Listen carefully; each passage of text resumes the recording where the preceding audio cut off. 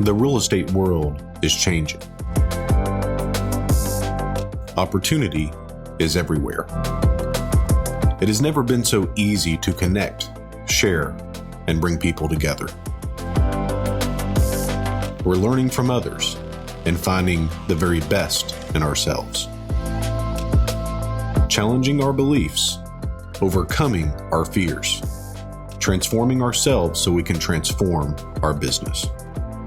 This is Investor Creator. Hey, what's up guys? Brad here with Investor Creator, and today I'm actually out in the field. It's 7 a.m. and I'm going to fight downtown traffic to go and buy a house, but it's about a $200,000 equity position, at least as far as I can tell. And so been super busy, but I did want to record. So I'm actually mobile right now. So I'm driving down the interstate and we're going to go buy this house, and but we're going to record because we're multitasking today. So what I want to talk to you guys today about is dealing with divorce. And before we jump to any kind of crazy conclusions, it's not me facing divorce. At least I don't think I am. My wife was very sweet to me this morning. And so I don't think she has any intention of divorcing me. And I definitely don't have any intention of divorcing her. But how this idea came about was two things. Number one, we're working on a deal in Las Vegas, and the navigating the situation of divorce has been particularly difficult in this case. So that's reason number one. But reason number two is, I'm scrolling on Facebook now, and it's the end of January, beginning of February, and I'm starting to see all these ads for flowers and chocolate and stuffed bears and all of this. And it's like, hey, gentlemen, don't forget your sweetheart this Valentine's Day. And I was like, oh yeah, Valentine's Day is coming up. And guys, I'm really blessed. I mean, my wife is super pragmatic, and we don't really do the whole Valentine's Day thing. Like, I feel like it's sort of silly.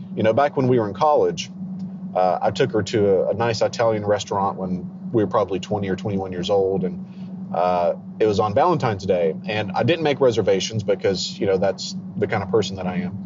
And, but we walk in and there's a 2-hour wait, and the hostess I knew from one of my accounting classes, but she was kind of a cold and prickly sort of lady. And so, I was like, well, maybe this girl can put me at the front of the line. And she told me very quickly, that was not going to happen. So, we ended up eating there, getting mediocre food and terrible service. And, but she was like, Brad, I think this whole Valentine's Day thing is silly anyway. So I guess the only relationship advice that I'll ever give on this podcast, it's like, give your wife flowers, give your girlfriend chocolates or a bear or whatever, but do it on July 15th, something she's not expecting. I think that goes a lot farther than, like, hey, you have to give me this stuff today. Like, I just kind of think that's silly. Plus, we shouldn't be telling each other that we love each other at one day a year anyway. It's like, let's tell each other all the time. Anyway, I'm going to go back to things that I actually know what I'm talking about, and that's real estate. It's like, that's where I can speak with some sort of insight. So dealing with divorce, but anyway, I was looking at these Facebook ads, and I'm like, how do I integrate Valentine's Day with the podcast? And I'm like, it's perfect. It's easy. Divorce. We'll talk about divorce, because roughly half of marriages end in divorce. It's roughly a fifth of our business is divorce. And it's something that I think people really overlook, because they think that the divorce situation doesn't give any type of additional problems in the negotiation or the purchase. Okay.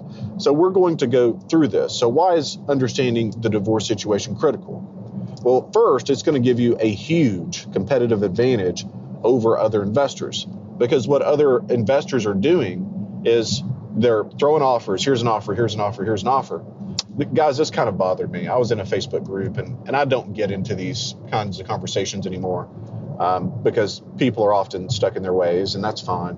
But they're certainly not looking for advice on why they might be doing things incorrectly and have been doing them incorrectly for a very long time. But this guy in this Facebook group, he said something to the effect of, the difference in a high-level investor and a mediocre investor is the high-level investor makes 10 times more offers. And I'm already thinking about this whole divorce thing that we've got going on in Las Vegas, and and, Valentine's Day coming up in the podcast episode. And I'm like, there is not a situation in where that is more fundamentally flawed than the divorce situation. So we have a competitive advantage if we're able to navigate this better than other investors, because what that guy's going to do is he's going to come into the divorce situation and he's going to say, here's my offer. You guys want $300,000. How does 180 sound? Right? And so what did you just give this couple that's already in turmoil? Well, you gave them something else to fight about, and probably fight about in front of you. And I can't think of a more stressful situation than you give an offer and now you have two spouses fighting with each other over what you just tried to give them, right? So if we're able to navigate the divorce situation, we're going to have a competitive advantage against other investors. And secondly, this is about 1/5 of our business. So taking the other investors off the table, let's just assume we're not competing with anyone but ourselves. If we're better able to navigate these kinds of situations, then we're going to be better at that appointment. We're going to buy more houses. We're going to make more money with the same amount of marketing ad spend. And so dealing with this is really important. Okay.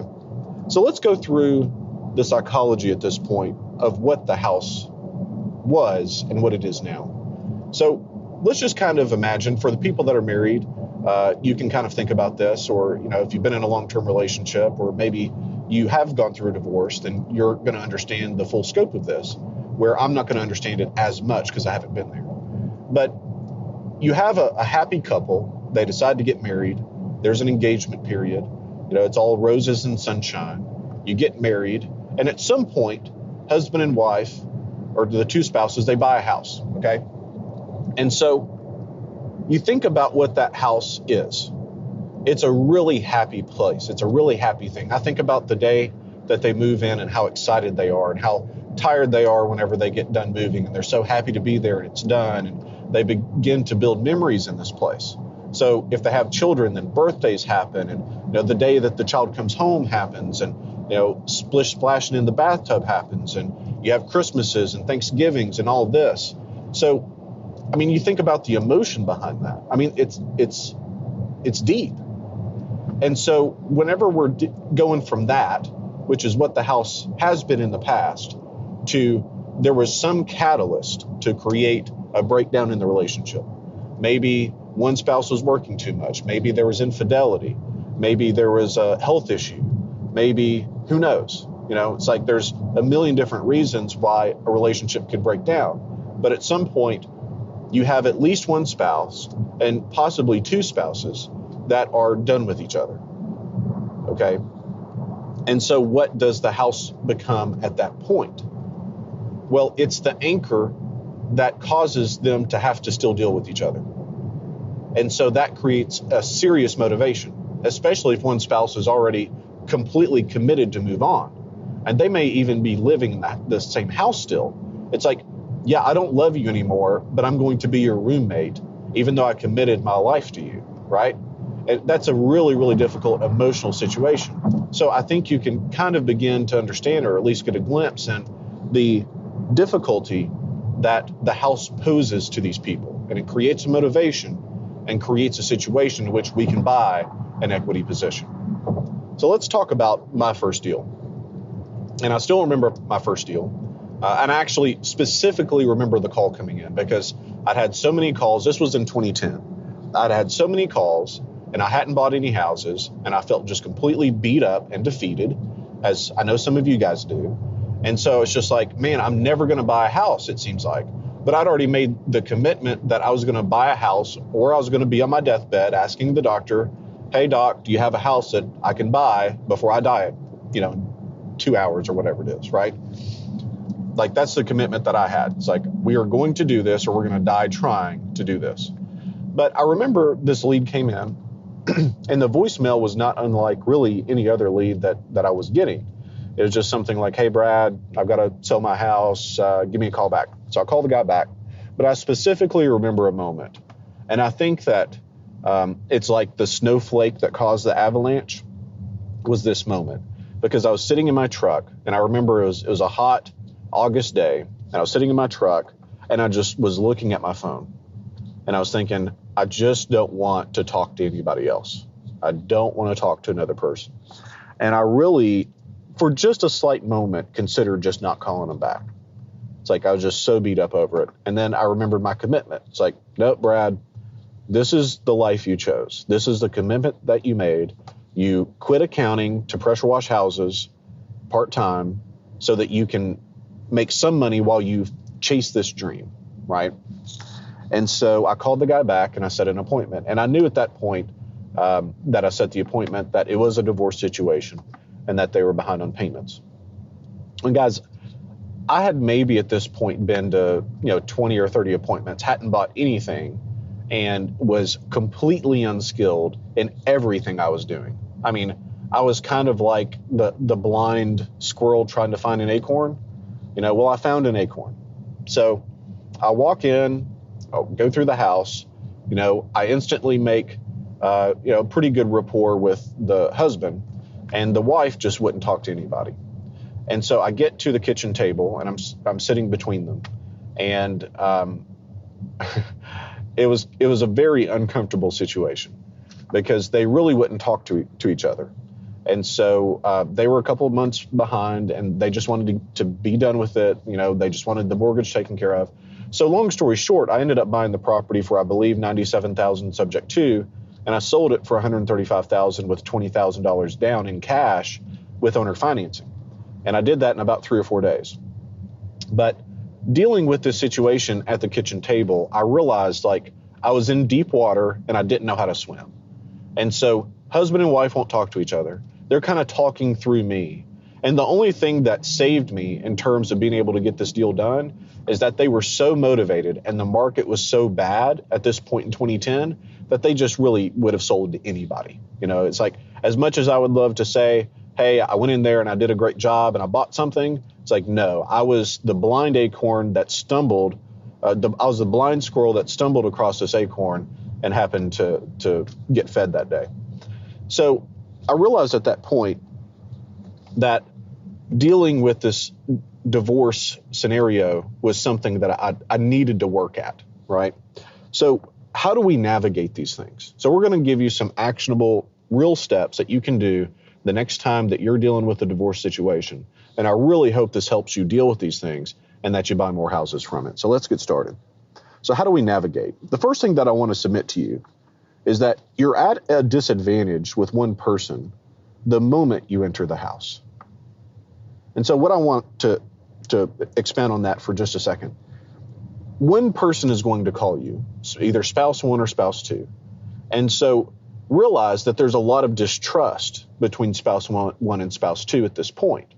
And we don't know the exact situation, and hopefully we never know, because we don't want to be their sounding board or their therapist. Like, we're there to buy a house. But there's distrust between spouse one and spouse two, but one of these spouses has called someone, and that someone happens to be you. And so let's say spouse one calls you. Well, spouse two is wondering, well, what's going on here? Who is this person? Is there some kind of a side deal going on between my former or soon-to-be former spouse and this real estate investing person? And so that's something that can weigh very heavily. So I want you to realize at the very beginning, you're at a disadvantage with one person the moment you enter the house. So the thing that we want to do as soon as we get there, we're going to greet everyone. And where usually I go straight into looking at the house, I want to take a moment and ideally sit down with people at a kitchen table. But if that's a little bit uncomfortable, let's say the house has a lot of clutter, or maybe it's like half vacant and there's not somewhere to sit, then I'm going to take both of them. And I want to say, okay, guys, you guys don't know me. My name's Brad. I'm here to buy the house today. And the first thing that I want to say is, I understand that you guys are going through a divorce and we deal with this situation a lot. So what I want to tell you guys is that I'm going to be fair to you as an individual, and I'm going to be fair to you as an individual. Okay, so let's pause there. So what did I just say? Well, you think about it this way: for probably years, they have not just been their own person. They have been so-and-so's husband or so-and-so's wife, right? So their identity is changing to a certain extent. And so whenever I come in and they're in the process of becoming just individuals again, they're no longer a couple that's married or soon to be not married. then I'm telling them, I'm going to treat you fair as an individual. I'm going to treat you fair as an individual. So what I want to do is I want to negate that that disadvantage that I'm going to have with one of these spouses. Okay, we have to build trust to begin with. Okay, the next thing that we're going to do is we're going to ask both of them to show us the house, and this is of critical importance, guys, because I've seen this go wrong at times, where you have an investor that builds rapport with one person quicker than the other. Okay, and that's a common thing. If we have a group of 3 or 4 people, and it doesn't matter what social setting we're talking about, it's very common to build rapport and a relationship with one person quicker than another person. I mean, that's just human nature. We have to fight it, because if we don't, then we're going to be in a situation where for every point of rapport we build with one person, without the other being a part of it, we're getting points knocked off on the other side. And that's because of the distrust that's rampant at this point in time in their life. Okay. So if I take one spouse through the house and they show me the house, and I've had 15 minutes with one person, what's the other person thinking for 15 minutes? Well, if there's a lot of distrust, they're thinking, well, what are they talking about? What's going on? You know, it's a very uncomfortable situation. So I'm building comfort with one person and I'm putting the other one kind of through the ringer. They don't know what's going on. So we have to have both spouses show us the house. Even if they don't like each other, if it's physically possible for them to walk the house, then they have to show us the house. And so we may have one person say, well, you know, you guys just go ahead.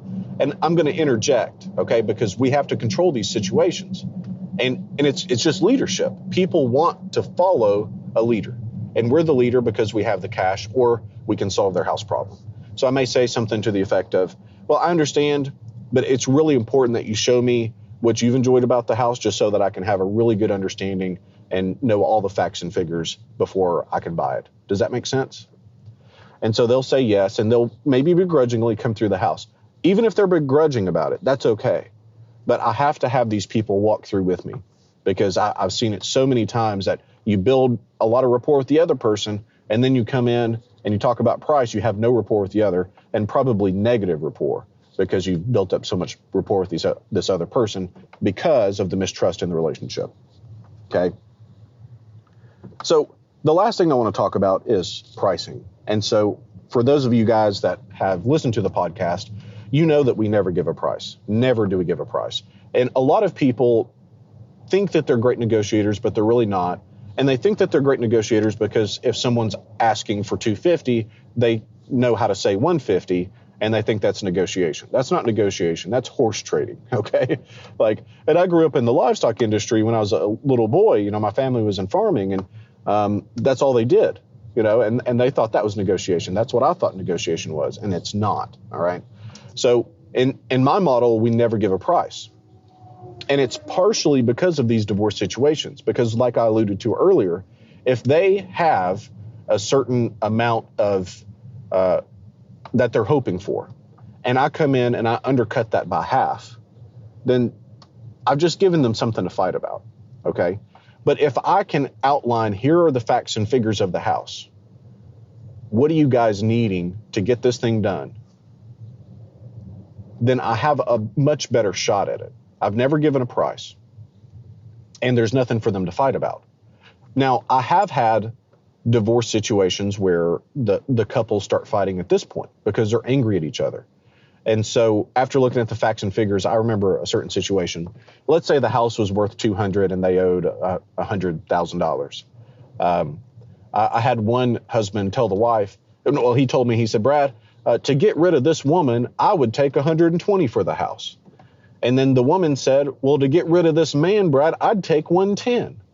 And I just shut up at that point, because, you know, I'm just waiting on the next lower offer. And because it's not even about the house or the money at this point. They just want to tell each other how much they dislike each other, you know? So it's an interesting situation. But all of that to say, guys, if you don't go in and give a price, you don't go in and build rapport that's unstable to the point we're not building rapport with 2 decision makers, we're building rapport with 1 decision maker to the alienation of the other.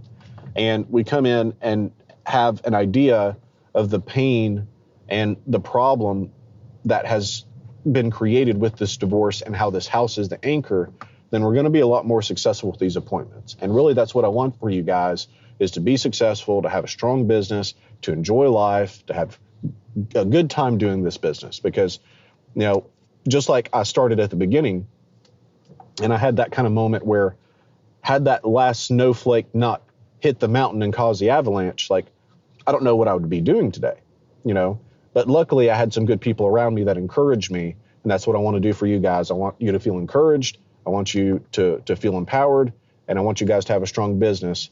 And as you're dealing with these divorce situations, understand how to navigate these situations so that you can go and buy a house and do it very, very effectively. Guys, I hope that makes sense. I hope that's valuable to you guys. And I hate to be kind of humdrum on Valentine's Day. I hope I'm not, but this is serious. I mean, this is reality that people have to deal with. And I thought it would be just kind of an interesting episode for this time of year. So anyway, if you haven't joined us in the Investor Creator community on Facebook, then you're going to want to do that.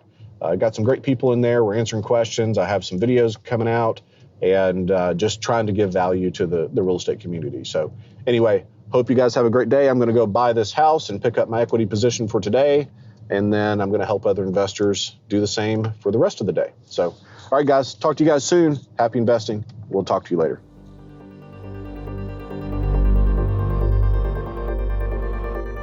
Hey guys, Brad here. Are you a new investor, or are you a seasoned investor that enjoys the podcast, but you just can't seem to wrap your head around notes and subject to creating wraps, as well as the various other things that I talk about?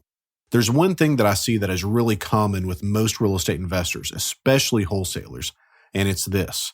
If you aren't creating notes, then you are leaving more money on the table than you are actually making.